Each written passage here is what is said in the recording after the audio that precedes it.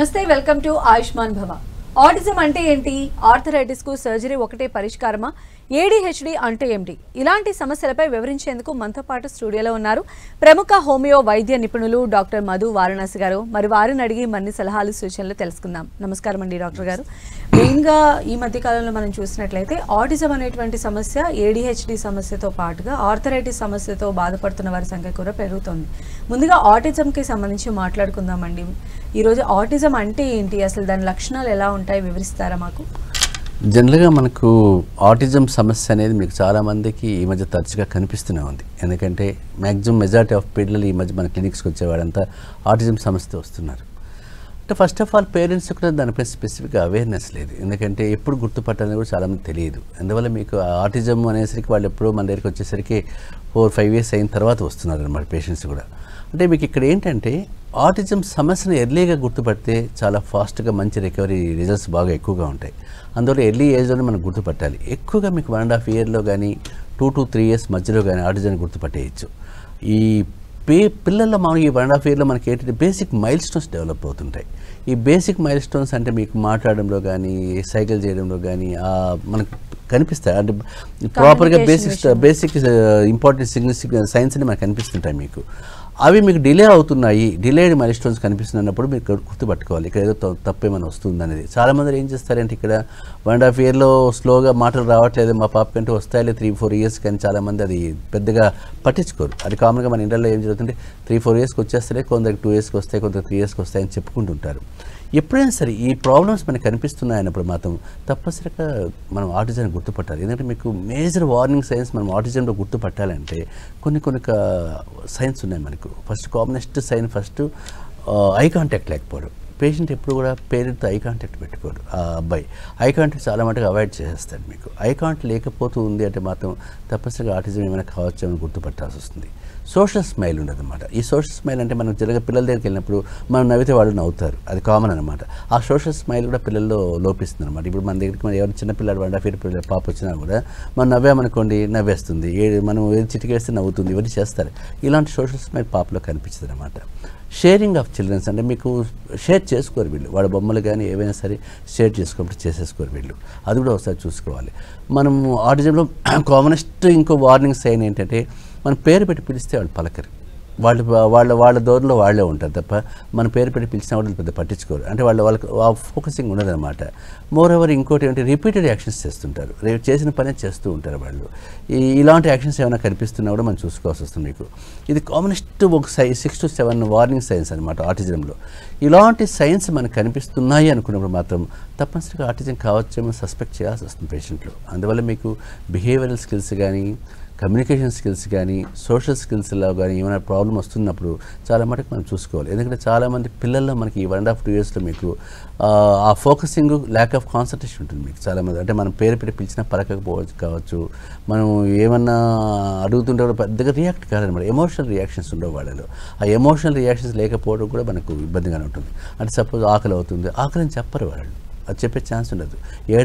ఏడ్చే ఛాన్స్ ఉండదు. ఇవన్నీ కూడా తక్కువగా ఉంటాయి. అంటే మనం గమనించేది పేషెంట్లు ఈ చిన్నపిల్లలు మనం గమనించవచ్చు. మనం ఈజీగా ఆకలి కాకపోతే యూరినస్ వస్తున్నాయి చెప్పకపోవడం, యూరినస్ వస్తున్నాయి మమ్మీ చెప్పలేరు వాళ్ళు, ఆటోమేటిక్గా కంట్రోల్ తగ్గిపోతుంటుంది. ఇవన్నీ కూడా మీకు ఆటిజంలో కనిపిస్తుంటాయి. మీకు ఈ సిమ్టమ్స్ చాలామంది కూడా ఏమనుకుంటారంటే ఆ సింపుల్ సిమ్టమ్సే కదా, దీన్ని మేజర్గా మనం మ్యాగ్నిఫై చేసుకోవాల్సిన అవసరం లేదనుకుంటారు.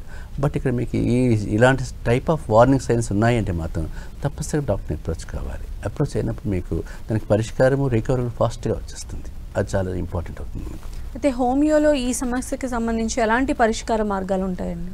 జనరల్గా మనకు హోమియోపతిలో మీకు ఆటిజంకి కూడా మంచి పరిష్కారం ఉంటుంది మీకు. ఎందుకంటే చాలామంది ఏంటంటే ఇవన్నీ కూడా ఇలాంటి సిమ్టమ్స్కి మనం ట్రీట్మెంట్ ఎందుకు అనుకుంటుంటారు కానీ బట్ హోమియోపతిలో మేము చూసిన కేసుల్లో వీటిలో కమ్యూనికేషన్ స్కిల్స్ కావచ్చు, బిహేవియరల్ స్కిల్స్ కావచ్చు, సోషల్ స్కిల్స్ కావచ్చు, ఏవైనా సరే వీటిలో చాలా చేంజెస్ వస్తాయి పేషెంట్లో. కంటిన్యూగా ఒక 1 year పాటు వాడాలి. ఎందుకంటే నేను కొన్ని స్కూల్స్లో నడుపుతున్నాను కదా, ఎంఆర్ స్కూల్స్ ఇవన్నీ ఉన్నాయి అవి.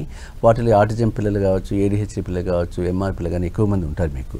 వీళ్ళల్లో నేను గమనించాను కదా, ఒక 2-3 years కంటిన్యూస్గా వాళ్ళకి ట్రీట్మెంట్ ఇచ్చిన తర్వాత చాలా మంచిది ఇంప్రూవ్మెంట్ ఉంది వాళ్ళు. అంటే వాళ్ళకి అసలు ఒక మామూలు ఆర్డర్స్తో వాళ్ళు బయటకు వచ్చేసారనమాట. దీన్ని బట్టి చూస్తే హోమియోపతి ఎఫినిటీ చాలా బాగా పనిచేస్తుంది. ఇక్కడ ఏంటంటే అవసరమైనప్పుడు మీకు ఇక్కడ ఏంటంటే స్పీచ్ థెరపీ కావచ్చు, బిహేవియరల్ థెరపీ కావచ్చు, ఇవన్నీ కూడా తప్పనిసరిగా ప్యారల్గా సపోర్ట్ చేయాల్సి వస్తుంది. ఎందుకంటే స్పీచ్ థెరపీతో పాటు మన హోమియోపతి తీసుకున్నా కూడా చాలామంది పేషెంట్స్ మంచి వండర్ఫుల్ రిజల్ట్స్ కనిపిస్తుంటాయి మీకు. ఇది నేను చూసిన కేసులు చాలా గమనించాను కదా. వీళ్ళు స్పీచ్ జనరల్గా మన దగ్గరికి వచ్చేసరికి వీళ్ళు ఏంటంటే స్పీచ్ థెరపీ ఆల్రెడీ ఇప్పిస్తున్నాం డాక్టర్ గారు, బిహేవియరల్ థెరపీ ఇప్పిస్తున్నాము, కానీ అనుకున్నంతగా మాకు పెద్ద ఎఫెక్ట్ కనిపించట్లేదు, అందుకే హోమియోపతికి ఒకసారి వచ్చామని చెప్పిన వాళ్ళు చాలామంది చూశాను.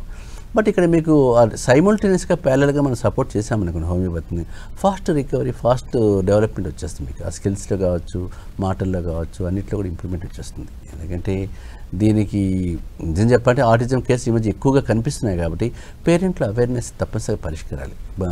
పేరెంట్కి ఉండాలి, మీకు అవేర్నెస్ ఉండాలి. ఎందుకంటే అవేర్నెస్ లేకుండా చూసుకుంటే మాత్రం ఇది కాంప్లికేట్ అయిపోయి వాళ్ళ పేరెంట్స్ ఎలా సఫర్ అవుతుంటారంటే అసలు ఒక ప్యానిక్ కండిషన్కి వెళ్తారు. పేరెంట్స్ వాళ్ళు చెప్తుంటే బాధ వేస్తుంది మనకు. అంటే వాళ్ళు మాకు 24/7 ఈ అబ్బాయితో అయిపోతుందండి, ఈ అమ్మాయితో అవుతుంది, మా చేత కావట్లేదు, కొంచెం మేము అటు ఇటు కూడా చూసుకుంటే మా పనులు కూడా కుదరవు, ఆ పాపలో ఇబ్బంది పడిపోతూ ఉంది, సో మాకేం కావట్లేదు, ఆ పిల్లాడి ఏదో అంటే పిల్లలు మీకు ఎలా ఉంటుందంటే ఓసారి వాళ్ళు అనుకోకుండా వాళ్ళే మాట్లాడుకుంటూ ఉంటారు. అది ఒక పెద్ద బాధగా అనిపిస్తుంటుంది. అంటే ఒక రోబోటిక్ యాటిట్యూడ్ ఉంటుంది అనమాట. ఒక చిన్న పిల్లాడు ఏదో రోబోలాగా ఆడుకుంటుంటాడే, అలా పాడుకుంటూ ఆడుకుంటూ నవ్వుకుంటూ ఏదో చేస్తూ ఉంటారు వీళ్ళంతా కూడా. ఇలాంటివి చూసినప్పుడు ఏ పేరెంట్కైనా కూడా చాలా బాధగా అనిపిస్తుంటుంది మీకు. అందువల్ల మీకు ఏంటంటే నన్ను అడిగితే పర్సనల్గా నేను చెప్పే ఒపీనియన్ ఏంటంటే సపోర్టివ్ థెరపీస్తో పాటు కూడా హోమియోపతి దగ్గర ప్లాన్ చేసుకుంటే మీకు చాలా తప్పనిసరిగా మంచి పరిష్కారం దొరుకుతుంది. అలానే ఏడిహెచ్డి అనేటువంటి సమస్య కూడా చాలా అధికంగానే కనిపిస్తుంది డాక్టర్ గారు. అసలు ఏంటండి ఏడిహెచ్డి అంటే ఏంటి? ఏడిహెచ్డికిను ఆటిజంకి ఏంటి మేజర్ డిఫరెన్స్? ఏడిహెచ్లో కూడా మీకు attention deficit hyper active disorders అంటారు. మీకు ఈ ఏడిహెచ్డి కేసులో మనకు తరచుగా కనిపిస్తూనే ఉంటాయి. చాలామంది పిల్లలు మన దగ్గర తీసుకొస్తూనే ఉంటారు. బట్ ఇక్కడ పిల్లలు ఏంటంటే వీళ్ళు హైపర్ యాక్టివ్గా ఉంటారు. వీళ్ళు మెమరీ స్కిల్స్ అంటే కూడా ఫిజికల్గా చాలా యాక్టివ్ ఉంటారు. అంటే వాళ్ళు ఒక చోట నిలబడలేరు, మూవింగ్ ఆన్ వీల్స్ అంటే అలా తిరుగుతూ ఉంటారు వాళ్ళు. ఈవెన్ మన క్లినిక్స్లోకి వచ్చిన వాళ్ళు చాంబర్ కూర్చోరు. వాళ్ళు ఎప్పుడు కూడా పరిగెత్తపోయి మెట్లు ఎక్కడమో, ఆ కార్డర్ ఎక్కడం, ఈ కార్డు ఎక్కడం, లేదా రిసెప్షన్ లాగేయడం, అది చేయడం, ఇది చేయడం చేస్తూనే ఉంటారు. మన రూమ్లోకి వచ్చిన ఆ సోఫా పైన ఎగురుతూనే ఉంటారు తప్ప వాళ్ళు కూర్చోరు. వాళ్ళు మనం ఎంత చెప్పినా కూడా వాడి స్టైల్లో వాడే ఉంటాడు. ఆ సోఫా పైన ఎగిరి దూకుతూ ఉంటారు వాళ్ళు. సో ఆ పిల్లాడిని మనం చూసేయచ్చు. ఏడిహెచ్డి పిల్లాడు ఇప్పుడు ఇంపల్సివ్నెస్, ఒక ఫాస్ట్ క్యారెక్టర్, హైపర్ యాక్టివ్గా ఉంటారు మీకు. ఈ కంప్లైంట్స్ కూడా చాలామంది పిల్లలు కనిపిస్తుంటుంది మీకు. బట్ ఇక్కడ ఏంటంటే ఆటిజంలో ఉన్నంత సివియారిటీ ఏడిహెచ్డిలో కనిపించట్లేదు. ఎందుకంటే మీకు ఇక్కడ మేజర్గా కామన్గా కనిపించేది lack of focusing main, number 2 lack of attention. ఈ రెండు కామన్ హైపర్ యాక్టివ్గా ఉంటాడు. Lack of focusing, lack of attention ఉంటుంది, ప్లస్ హైపర్ యాక్టివ్గా ఉంటాడు వీడు. అంటే ఇక్కడ మీకు ఇక్కడ ఏమంటే హైపర్ యాక్టివ్గా ఉండేవాడు ఇంకా అన్నిటికీ ఫోకసింగ్ ఉండాలనుకోవచ్చు మనం. బట్ ఇక్కడ వీడు హైపర్ యాక్టివ్గా ఉన్నప్పుడు ల్యాక్ ఆఫ్ ఫోకసింగ్ వస్తూ ఉంది. అంటే అర్థం ఏంటి, తనకి ఒక దానిపైన ఫోకసింగ్ ఉండదన్నమాట. అన్ని 10 పనులు వాడు చేసేస్తుంటాడు. ఆ 10 పనులు చేసి దేనికి కూడా ఇక్కడ కూడా దానికి టాస్క్ కంప్లీట్ చేయడం అనమాట. అది దాంట్లో చేయబెడతాడు, దీంట్లో చేయబెడతాడు, అన్నింటిలో చేయబెడతాడు. ఓ చోటు ఇసిరి పడేస్తాడు, పోయి మళ్ళీ కూర్చుంటాడు, డ్యాన్స్ చేస్తాడు, మళ్ళీ పరిగెత్తు వస్తాడు, మనం లాగేస్తుంటాడు, మళ్ళీ పోయి వాళ్ళ అమ్మను ఎగిరెగిరి కూర్చుంటుంటాడు. ఇవన్నీ కూడా సైమల్టేనియస్గా జరుగుతూ ఉంటాయి పిల్లలు. అంటే ఈ 2 సిమ్టమ్స్ మనకి ఇక్కడ కనిపించాయంటే మాత్రం తప్పనిసరిగా ఏడిహెచ్డి కావచ్చు. ఇదే మనం వదిలేస్తే కూడా ఈ ఏడిహెచ్డి అడల్ట్ స్టేజ్కి వెళ్ళిపోతుంది, పెద్దవాళ్ళ స్టేజ్లో కూడా.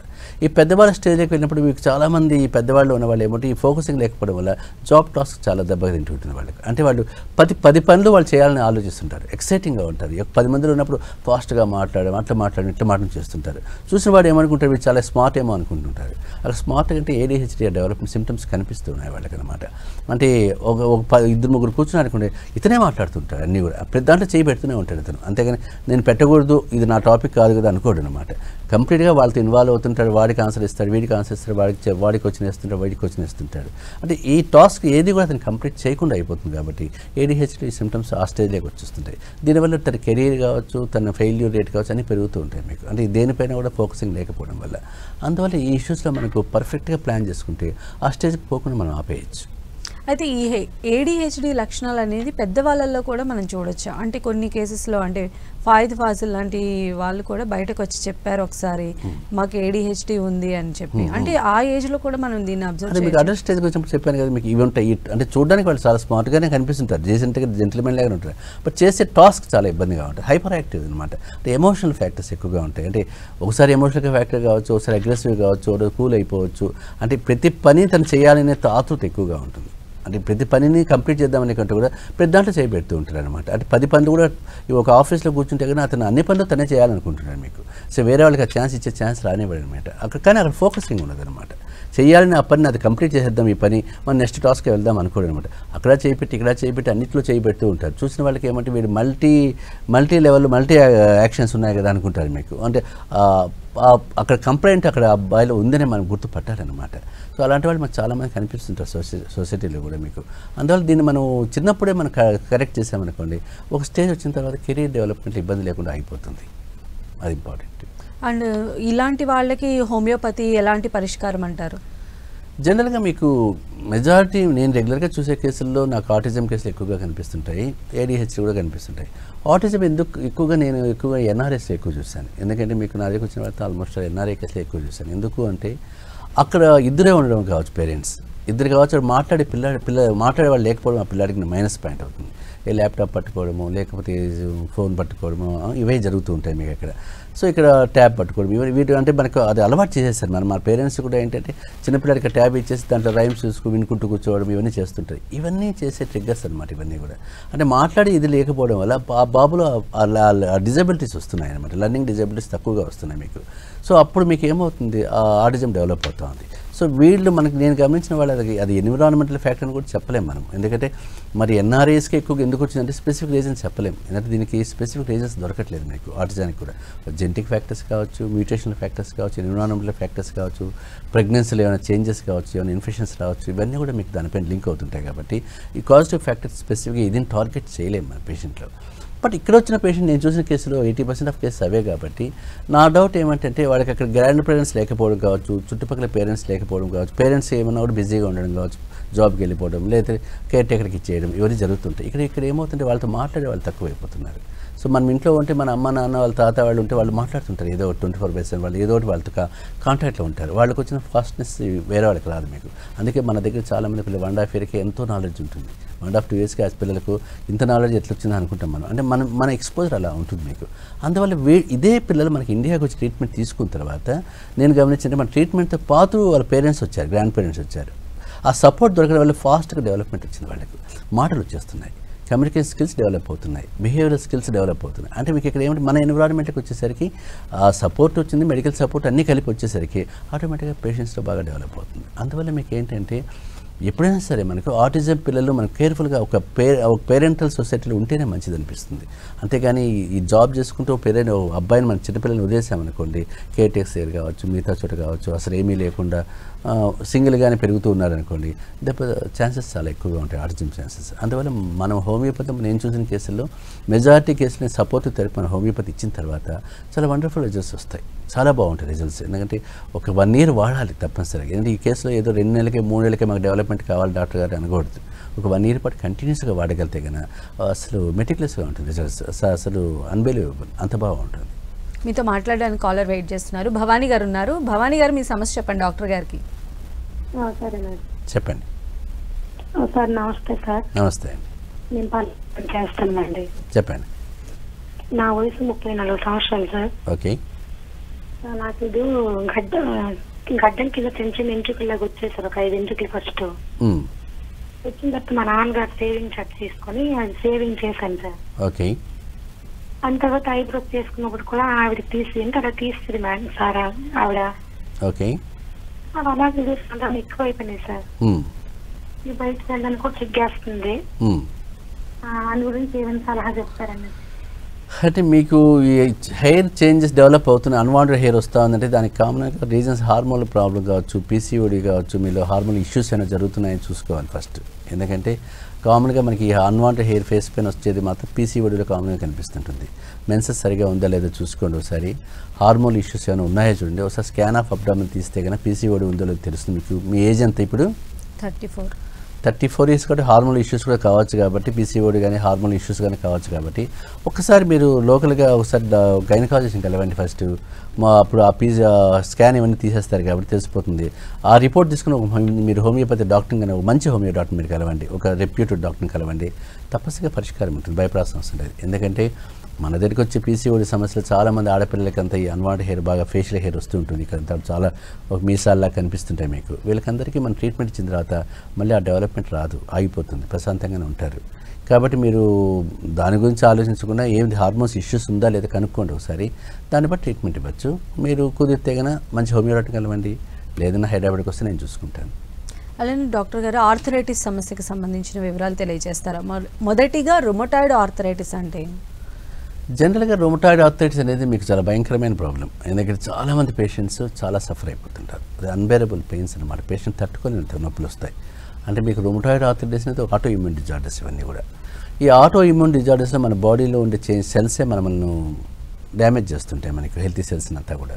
అంటే మీకు ఈ ఆటో ఇమ్యూన్ డిజార్డర్ అనేసరికి మీకు ట్రీట్మెంట్ పార్ట్ చాలామందికి ఇంకా దీనికి ట్రీట్మెంట్ లేదు, లైఫ్ లాంగ్ ఇట్లా సఫర్ కావాల్సిందే అనే ఒక ఇదిలోనే ఉండాల్సి వస్తుంది మీకు. అంటే మనకుండే ప్రజెంట్ అకాడమిక్ కాన్సెప్ట్ కూడా అలానే ఉంటుంది కాబట్టి.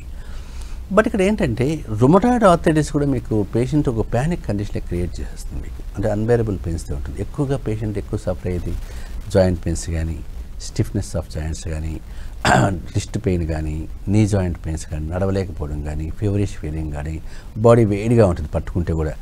అదే లాంగ్ రన్లో మీకు ఆ కాంప్లికేషన్స్ డెవలప్ అయినప్పుడు డిఫార్మిటీస్ డెవలప్ అవుతుంటాయి, ఫింగర్స్ ఇలా పక్కకు పోతూ ఉంటాయి మీకు, ఇలాంటివన్నీ డెవలప్ అవుతుంటాయి. ఒకసారి డిఫార్మిటీస్ డెవలప్ అయిన తర్వాత పేషెంట్కి మళ్ళీ అది రివర్సిబుల్ అయ్యే ఛాన్స్ చాలా తక్కువగా ఉంటుంది మీకు. అందువల్ల మీకు ఏంటంటే రుమటాయిడ్ ఆర్థరైటిస్ ఒకసారి వచ్చిన తర్వాత మీకు అసలు గుర్తుపట్టాలి ఇది రుమటాయిడ్ ఆర్థరైటిస్ అవునా కాదనేది. ఆర్ఏ టెస్ట్ చేసుకుంటే తెలిసిపోతుంది మీకు. ఆర్ఏ టెస్ట్ ఒకసారి చేసుకుని ఏఎస్4 టైటర్ చేసేసుకుంటే మీకు పేషెంట్కి ఎలా ఉందో తెలుస్తుంది మీకు. దాన్ని బట్టి మనకు అర్థమైపోతుంది కేసు ఎలా ఉంటుందనేది. దీన్ని బట్టి మనకు రుమటాయిడ్ ఆర్థరైటిస్ మనం హ్యాండిల్ చేసేదానికి ఈజీగా ఉంటుంది మనకు. బట్ పేషెంట్స్ చాలామంది కూడా నెగ్లెక్ట్ చేసేస్తారు ఆర్ఏ ఫ్యాక్టర్ను. అందువల్ల డిఫార్మిటీస్ డెవలప్ అయిన తర్వాత మన దగ్గరికి వస్తున్నారు, అంటే కాంప్లికేట్ అయిపోయిన తర్వాత వస్తున్నారు. అందువల్ల మీకు ఎర్లీ స్టేజెస్లోనే మీకు ఎప్పుడైనా సరే పెయిన్స్ వస్తున్నాయి, స్టిఫ్నెస్ ఉంటుంది, రికరెంట్గా సఫర్ అవుతున్నాను, బాడీ వేడిగా ఉంటుంది, జాయింట్స్ స్టిఫ్నెస్ వస్తుంది, నడవలేకపోతున్నాను అని మీకు కనుక అనిపిస్తే కనుక అది ఆర్థరైటిస్ అనే సిమ్టమ్స్ అనుకోకుండా ఒకసారి రుమటాయిడ్ ప్రాబ్లం ఉందా లేదా కూడా కన్ఫర్మ్ చేసుకోవాల్సి వస్తుంది మీకు. సో అప్పుడు ఒకసారి ఆర్ఏ టెస్ట్ చేయించేసుకుంటే కనుక ఆటోమేటిక్గా దాని గురించి తెలిసిపోతుంది. దాన్ని బట్టి మనం మెథడ్ ఆఫ్ ట్రీట్మెంట్ కూడా ప్లాన్ చేసుకోవచ్చు. అయితే దీనికి ఎలాంటి హోమియో పరిష్కారం అంటారు మీరు? ఈ మెజారిటీ మందికి ఇలాంటి కేసులు ఎక్కువగా వస్తుంటాయి. ఎందుకంటే ఇంకా బయట ఎక్కడ తగ్గలేదు, మా చేత కాలేదన్నప్పుడు ఆటోమేటిక్గా వచ్చేస్తుంటాయి మన దగ్గరికి. సో రుమటాయిడ్ ఆర్థరైటిస్ మీకు ఏంటంటే క్యూర్ అని ఎప్పుడు చెప్పకూడదు, ఎందుకంటే మన క్యూర్ అనే వర్డ్ ఇక్కడ వాడడానికి లేదు, ఇవన్నీ ఆటో ఇమ్యూన్ డిజార్డర్స్ కాబట్టి. But patient comfortable life lead చేసి పెయిన్స్ లేకుండా చేసే ఛాన్స్ చాలా ఉంటుంది మీకు. పేషెంట్ పెయిన్ ఫ్రీ ట్రీట్మెంట్ ఇచ్చుకుంటూ పెయిన్ మేనేజ్మెంట్ చేసుకుంటూ క్వాలిటీ ఆఫ్ లైఫ్ లీడ్ చేయడానికి చాలా ఆస్కారం ఉంటుంది. ఎందుకంటే మనం చూసిన కేసుల్లో కూడా పేషెంట్ ఎంతో సఫర్ అయ్యి మన దగ్గరికి వస్తారు. అసలు మేము లేవలేకపోతున్నానండి, నేను కొంచెం కూడా పని చేయలేకపోతున్నాను, ఇంట్లో 5 నిమిషాలు నా చేత కావట్లేదు అన్న పేషెంట్స్ చాలామంది చూశాను నేను. అలాంటి పేషెంట్స్ హోమియోపతి వాడిన తర్వాత వాళ్ళ పని వాళ్ళు చేసుకుంటున్నారు ప్రశాంతంగా, అన్ని యాక్టివిటీస్ నార్మల్గానే ఉన్నాయి, ప్రశాంతంగా లైఫ్ గడుపుతున్నారు. అంటే దీని అర్థం ఏంటి, హోమియోపతి ఎఫెక్టివ్ చాలా బాగా పనిచేసిన అర్థం మనకు. డ్రగ్ ఎందుకంటే అసలు పని చేయలేము, మేము 5 నిమిషాలు పని చేయడానికి నాకు చేత కావట్లేదు డాక్టర్ గారు అన్న పేషెంట్స్ హ్యాపీగా తమ పని తను చేసుకుంటున్నారు. అందువల్ల మీకు ఏంటంటే హోమియోపతి యాక్షన్ చాలా బాగా పనిచేసింది మాత్రం చెప్పగలుగుతాను. అంటే పెయిన్ మేనేజ్మెంట్ కేసులో నేను చాలా కేసులు చూస్తాను కాబట్టి పెయిన్కి సంబంధించినవి అసలు మంచి రిలీఫ్ వస్తుంది. సయాటికా కావచ్చు, డిస్క్ సమస్యలు కావచ్చు, రుమటాయిడ్ కావచ్చు, ఏవైనా సరే పెయిన్ అనేది చాలా ఇంపార్టెంట్ పాయింట్ ఇక్కడ కాబట్టి. సో మనకు పెయిన్ మేనేజ్మెంట్ ఒకటి, కాంప్లికేషన్స్ డెవలప్ కాకుండా కూడా మనం హ్యాండిల్ చేసుకోవచ్చు కాబట్టి హోమియోపతి కంటిన్యూగా వాడగల ఒక 1-2 ఇయర్స్ కన్నా పేషెంట్ పెట్టుకుంటే రుమటాయిడ్ ఆర్థరైటిస్కు తప్పనిసరిగా పరిష్కారం ఉంటుంది. సోరియాటిక్ ఆర్థరైటిస్ గురించి కూడా చెప్పగలరా? అంటే ఎందుకంటే ఆ రెండు చాలా కాంప్లికేటెడ్ కనిపిస్తూ ఉంటాయి. సో వీటి ట్రీట్మెంట్ విధానం హోమియోపతిలో అసలు ఎలా ఉంటుందండి? వాటి లక్షణాలు ఏంటి మేజర్? జనరల్గా మీకు సోరియాటిక్ ఆర్థరైటిస్ కూడా చాలామంది పేషెంట్స్ గుర్తుపట్టలేరు, ఎందుకంటే ఆర్థరైటిస్ సమస్య అనుకొని చాలామంది దాన్ని పట్టించుకోకుండా వెళ్తారు. కానీ సోరియాటిక్ ఆర్థరైటిస్లో మీకు ఏంటంటే పేషెంట్ ఇమ్యూనిటీ లెవెల్స్ బాగా తక్కువగా ఉంటాయి, అందువల్ల మీకు పేషెంట్ సఫర్ అవుతుంటాడు. ఇక్కడ చాలామంది patients pain, stiffness, swelling, joints swelling ఇవన్నీ సేమ్ కంప్లైంట్సే కనిపిస్తుంటాయి. బట్ ఇక్కడ ఆరిజిన్తో మీకు సోరియాటిక్ ఆరిజిన్ కూడా ఉంటుంది. ఇక్కడ పేషెంట్స్ హిస్టరీలో సోరియాసిస్ ఉండే ఛాన్స్ ఉంటుంది మీకు. సో చాలామంది పేషెంట్స్ సోరియాసిస్ వచ్చిన తర్వాత నాకు డెవలప్ అయిన ఈ సిమ్టమ్స్ అని చెప్పిన వాళ్ళని ఎక్కువ మంది చూశాను నా ప్రాక్టీస్లో కూడా. సో ఇక్కడ మనం ఏంటంటే ఇప్పుడు సొరియాటిక్ కూడా మనం హ్యాండిల్ చేయాల్సి వస్తుంది. మీకు సొరియాసిస్ని హ్యాండిల్ చేసుకుంటూ ఈ ఆర్థరైటిస్ కన్నా మనము రెస్టోర్ చేస్తే కదా దాని సిమ్టమ్స్ ఆటోమేటిక్గా సబ్సైడ్ అవుతుంది. మీకు భయపడాల్సిన అవసరం లేదు మీకు. ఎందుకంటే ఆ పేషెంట్ కూడా బాగా సఫర్ అవుతాడు. అసలు ఈ సొరియాటిక్ ఆర్థరైటిస్ పేషెంట్లో మీకు స్కిన్లో కూడా చేంజెస్ వస్తుంటాయి, నెయిల్స్ మారిపోతుంటాయి, కలర్ మారుతుంటాయి, బ్రెట్టల్గా అయిపోతుంటుంది, నెయిల్ డ్యామేజ్ అవుతుంటుంది, స్కిన్లో చేంజెస్ వస్తుంటాయి, ప్లస్ జాయింట్ పెయిన్స్ ఉంటాయి, స్కిన్ డిస్కలరేషన్ అవుతుంటుంది. ఇవన్నీ కూడా పేషెంట్లో కనిపిస్తుంటాయి మీకు. అందువల్ల మీకు పేషెంట్కి ఏంటి అర్థం కాని సమస్య అయిపోతుంది. ఇది సొరియాసిస్సా లేదంటే వేరే జనరలైజ్డ్ ఇష్యూ అని చెప్పి పేషెంట్ కన్ఫ్యూజన్లో పడుతుంటారు. అందువల్ల మనకి ఎప్పుడూ కూడా మీకు సొరియాటిక్ ఆర్థరైటిస్ పేషెంట్కి ఒకసారి వచ్చిందంటే మాత్రం సొరియాసిస్ హిస్టరీ ఉంది నాకు డాక్టర్ గారు అని మనతో కనుక్కోవడం చాలా ఇంపార్టెంట్. సొరియాటిక్ హిస్టరీ ఉందంటే మాత్రం దాన్ని కూడా మనం ట్రీట్మెంట్లో కన్సిడర్ చేసుకుంటే కనుక పరిష్కారం చాలా బాగుంటుంది. అలానే SLE అంటే ఏంటండి?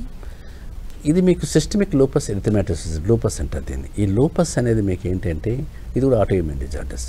ఈ ఆటోఇమ్యూన్ డిజార్డర్స్ కూడా మీకు లూపస్లో మీకు ఏంటి పేషెంట్ చూడడానికి బాగానే ఉంటాడు, కంఫర్టబుల్గా ఉంటాడు, అంటే ఎలాంటి కంప్లైంట్స్ లేకుండా ప్రశాంతంగా ఉంటాడు. కానీ పేషెంట్ సఫర్ అయితే పెయిన్స్తో సఫర్ అవుతుంటాడు, స్కిన్ ఇష్యూస్తో సఫర్ అవుతుంటారు. ఇక పిగ్మెంటేషన్ లాగా బటర్ఫ్లై పిగ్మెంటేషన్ అనేది వస్తుంటుంది మీకు. ఈ ముక్కంతా ఈట వరకు వస్తుంది, పిగ్మెంటేషన్ లాగా వచ్చేది మొహం పైన కనిపిస్తుంది మనకి. అది దాంతోపాటు స్కిన్ చేంజెస్ కనిపిస్తుంటాయి, లంగ్స్లో చేంజెస్ రావచ్చు. అంటే మల్టీ లెవెల్లో ఇది అటాక్ ఇస్తుంటుంది మీకు. అంటే ప్రతి ఆర్గాన్ పైన కూడా ఇంపాక్ట్ చూపిస్తుంది SLE. అందువల్ల SLE పేషెంట్స్ చాలామంది ఒక కంప్లైంట్ కాదు మల్టిపుల్ ఇష్యూస్తో మన దగ్గరికి వస్తుంటారు మీకు SLE వాళ్ళు. సో దీనికి మాత్రం చాలా డాక్టర్ ఎప్పుడు కూడా కమాండబుల్గా ఉండాలి. ఈ ప్రతి నేను చెప్పిన ఈ 3 కంప్లైంట్స్ కూడా సరైన డాక్టర్ లేకపోతే ట్రీట్మెంట్ చేయలేడు. అందుకే కమాండబుల్ డాక్టర్ దగ్గరికి వెళ్ళాలి తప్ప ఏదో టైం పాస్గా హోమియోపతి పక్కన ఏదో వాడామనుకోకూడదు. మీరు ఒక ఎక్స్పర్ట్ డాక్టర్ని దగ్గర చూపించుకోవాలి. ఎందుకంటే ఇవన్నీ ఆటోఇమ్యూన్ డిజార్డర్స్లోకి వెళ్ళిపోతుంటాయి. సో దీన్ని హ్యాండిల్ చేయాలంటే ఆ డాక్టర్కి నాలెడ్జ్ ఉండాలి, కమాండ్ ఉండాలి, సబ్జెక్టివ్ ఉండాలి, అన్నీ ఉండాలన్నమాట. సక్సెస్ రేట్ కూడా ఉండాలి. ఏదో వాడేసాం హోమియోపతి EST వాడుతున్నామని చెప్పి దాని కాంప్లికేషన్స్ డెవలప్ అయినకోండి పేషెంట్ కొలాప్స్ అయ్యే ఛాన్స్ ఉంటుంది మీకు. అందువల్ల మీకు SLE కేసుని కూడా మనం చాలా కేర్ఫుల్గా హ్యాండిల్ చేయాలి. ఎందుకంటే పేషెంట్ అప్పటికే మందిరికి వచ్చేసరికి ఒక రకమైన ఫ్రస్ట్రేషన్తో వస్తాడు. అంటే అన్నీ చూశాను డాక్టర్ గారు, ఇంకా నా లైఫ్లో ఇంకా నాకు ఇంకేం లేదు, ఇది లాస్ట్ వెపన్ అనే వస్తాడు. అంతే తప్ప ఎర్లీగా మన దగ్గర రాడు. ఇప్పుడు ఉంటాడైనా SLE అయినా సొరియాటిక్ ఆర్థరైటిస్ ఇవన్నీ మనం చూస్తున్నాం కదా. ఇవన్నీ ఫైనల్ స్టేజ్ వచ్చిన వాళ్ళు ఎక్కువ, ఆల్రెడీ స్టీరాయిడ్స్ వాడేసింటారు, అంత లైఫ్ స్టైల్ కుదరకుండా వచ్చిన వాళ్ళు ఉంటారు. అందువల్ల లూపస్లో కూడా మీకు సరైన డయాగ్నోస్ చేసుకుంటూ సరైన ట్రీట్మెంట్ అప్రోచ్ కనిస్తే మాత్రం తప్పనిసరిగా పరిష్కారం ఉంటుంది. అయితే ఇలాంటి ఆటో ఇమ్యూన్ డిజాస్టర్కి సంబంధించి అసలు హోమియోలో వాటికి పరిష్కారం అనేది ఎంతవరకు ఉంటుందండి? చెప్పాను కదా మీకు, ఏదైనా మనకు ఆటో ఇమ్యూన్ డిజాస్టర్ వచ్చినప్పుడు మనం క్యూర్ అవుతుంది అనే వర్డ్ వదిలేయాలి. క్యూర్ గురించి ఆలోచించకూడదు. నేను ఎంత హ్యాపీగా ఉండగలుగుతాను, ఎంతవరకు నా క్వాలిటీ ఆఫ్ లైఫ్ ఉంటుంది, నా రొటీన్ యాక్టివిటీస్ డిస్టర్బెన్స్ లేకుండా ఎంతవరకు జరుగుతుందనేది చూడాల్సి వస్తుంది మీకు. ఎందుకంటే ఈ పేషెంట్స్ పెయిన్తో బాధపడుతుంటారు. మెయిన్ పెయిన్ కావచ్చు, వీక్నెస్ కావచ్చు, ఫెటిక్ కావచ్చు, స్కిన్ ఇష్యూస్ కావచ్చు, ప్రతి ఇమ్యూనిటీ లెవెల్స్ తగ్గిపోవడం ప్రతి దానికి ట్రిగ్గర్ అవుతుంటారు వీళ్ళు. ఇవన్నీ మనం పక్కకు తీసేసామనుకోండి పేషెంట్కి అంతకంటే అవసరం లేదు, కంఫర్టబుల్ లైఫ్ ఇచ్చినట్టే. మనం EST వాళ్ళు మన దగ్గర ఉన్నారంటే అర్థం ఇప్పుడు అంటే ఈరోజు కొత్త సబ్జెక్ట్ ఏం కాదు, SLE కొత్త సబ్జెక్ట్ ఏం కాదు మన క్లినిక్లో. ఈవెన్ 10-15 ఇయర్స్ తర్వాత ముందు నుంచి నేను వాడిన కేసులు ఏమని వాళ్ళు ఇప్పటి వరకు బాగానే ఉన్నారు, ఎలాంటి ఇబ్బందులు ఏం లేవు. అంటే దీని అర్థం ఏంటి, హోమియోపతి పనిచేస్తేనే కదా. ఏదో ప్లాసిబో లాగా ఇచ్చాము, ఒక టెంపరీ రిలీఫ్ కాదు కదా. అది టెంపరీ రిలీఫ్ అంటే ఏదో 3 months 6 months 1 year ఉంటుంది అంతే. 10 years అయినా 15 years అయినా పేషెంట్ కంఫర్టబుల్గా ఉన్నాడంటే that is the power of homeopathy. Power of doctor కూడా చెప్పారు. ఆ మంచి డాక్టర్ చేతిలో కన్నా పడితే కన్నా తప్పనిసరిగా పరిష్కారం ఉంటుంది. అలానే OCD సమస్యతో కూడా చాలా మందిని మనం చూస్తూ ఉంటాం, వాళ్ళని కొంచెం మనం యూనిక్గా పరిగణిస్తూ ఉంటాం.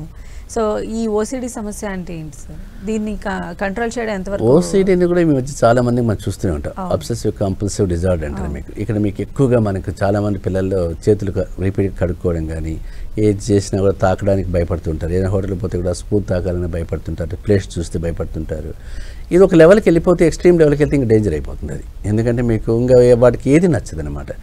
ఈవెన్ నాకు ఒక ఎగ్జాంపుల్, నాకు ఒక పేషెంట్ చెప్తుంది, ఎప్పుడో సెప్టిక్ ట్యాంక్ ఎక్కడో దెబ్బతింటే వాళ్ళ అపార్ట్మెంట్లో ఆ సెప్టిక్ ట్యాంక్ నుంచి చూసిన తర్వాత ఆమె ఆ స్మెల్ అవన్నీ చూసిన తర్వాత ఆమె ఇప్పటికీ కూడా 20 సంవత్సరాలైనా అమ్మాయి సఫర్ అవుతూనే ఉంది. అదే మైండ్లో పెట్టుకుని ఏది నచ్చట్లేదు ఆమెకు. అంటే నేను అపార్ట్మెంట్లో ఆ సెప్టిక్ ట్యాంక్ చూశాను డాక్టర్ గారు, అప్పటి నుంచి నా అసహ్యం పుట్టిపోయింది అన్నిటిపైన. నాకు అన్నీ అవే కనిపిస్తున్నాయి. నాకు ఎక్కడ పోయినా అన్నం తింటున్నా, చేసినా, కూర్చున్నా నాకు అదే కనిపిస్తుంది. ఏడ్చేస్తున్నాను తట్టుకోలేక. అంటే నా చేతి కావట్లేదు. అంటే ఆమెకు అంత అసహ్యమే వచ్చిన ఏరియా అని మీకు అదే అలాంటివి కంపల్సరీ డిజార్డర్స్ జనరల్గా డెవలప్ అవుతుంటాయి ఇలాంటివి. ఓసిడి పేషెంట్స్ ఈ మధ్య మనకి ఎక్కువగా కనిపిస్తున్నారు. ఒక యంగర్ జనరేషన్ ఎక్కువగా కనిపిస్తుంది. వీళ్ళకి ఏమంటే రిపీటెడ్గా యాక్షన్స్ చేస్తుంటారు, చేతులు కట్టుకోవడం కానీ. ఒక యాంగ్జైటీ వాళ్ళకి ఏంటంటే వాళ్ళకి ఏదో దానిపై మైక్రో బ్యాక్టీరియా ఏమైనా ఫామ్ అయిపోయిందేమో, వైరస్ ఉందేమో, పెద్దది కూడా వాళ్ళు చూసుకుంటూ కీన్ అబ్జర్వర్ అనమాట. అందువల్ల మీకు ఇది ఏంటంటే చూడడానికి బాగానే ఉంటుంది, చెప్పడానికి బాగుంటుంది, కానీ ప్రాక్టికల్గా ఇంట్లో ఇబ్బంది ఉంటుంది. ఎందుకంటే మీకు ఓసిడి పేషెంట్స్ ఎప్పుడు కూడా వాళ్ళ రూమ్లో కూడా ఏదైనా వస్తువు పక్కన పెడితే మళ్ళీ ఇంటికి వచ్చిన ఆ వస్తువు ఆ ప్లేస్లో ఉందా లేదో చూసుకుంటారు వాళ్ళు. ఆ వస్తువు మిస్ప్లేస్ అయింది అంటే మాత్రం అర్థమైపోతుంది వాళ్ళకి, ఎవరో చేతులు పెట్టారు ఇక్కడ అనేది. ఇంకా పెద్దగా రాద్ధాంతం అయిపోతుంది అక్కడ. అంటే అంత సీన్ క్రియేట్ అయిపోతుంది. అదే కానీ వేరే ఇండ్లలో ఉన్నప్పుడు ఇవన్నీ అయ్యే పనులు కాదు అక్కడ. సో అలాంటప్పుడు వాళ్ళు అడ్జస్ట్ కాలేరు. అంటే నాది ఎక్కడో ఇంట్లో నా రూమ్లోకి వచ్చి ఎవరో చేపెట్టారు అనే ఆలోచన ఉంటుంది వాళ్ళకు. అలాంటివి ఓసిడి పేషెంట్స్ మన హోమియోపతిలో బాగా కంట్రోల్ చేయొచ్చు. ఎందుకంటే వీళ్ళకి సరైన డ్రగ్స్ కానీ ఇస్తే కన్నా ఆ ఓసిడి సమస్య చాలా మటుకు తగ్గిపోతుంది. అందులో ఎప్పుడు కూడా ఓసిడి సమస్య ఉన్నవాళ్ళు హోమియోపతి మీద కూడా డిపెండ్ కావాలి. ఎందుకంటే నేను చూశాను కదా ఆ కేసులన్నీ కూడా, ప్రాక్టికల్గా అనుభవించాను కూడా నేను. కాబట్టి దాని గురించి ట్రీట్మెంట్ పార్ట్ చాలా బాగుంటుంది, అది భయపడాల్సిన అవసరం లేదు. థ్యాంక్ యూ సో మచ్ అండి డాక్టర్ మధు వారణాసి గారు. ఈరోజు మనం జనరల్గా ఎక్కువగా చూస్తున్నటువంటి సమస్యలకి సంబంధించి హోమియోలో ఎలాంటి పరిష్కార మార్గాలు ఉన్నాయో మా అందరికీ తెలియజేశారు. ధన్యవాదాలు మీకు. ఇది వాళ్ళ ఆయుష్మాన్ భవ. చూస్తూనే ఉండండి 10 TV.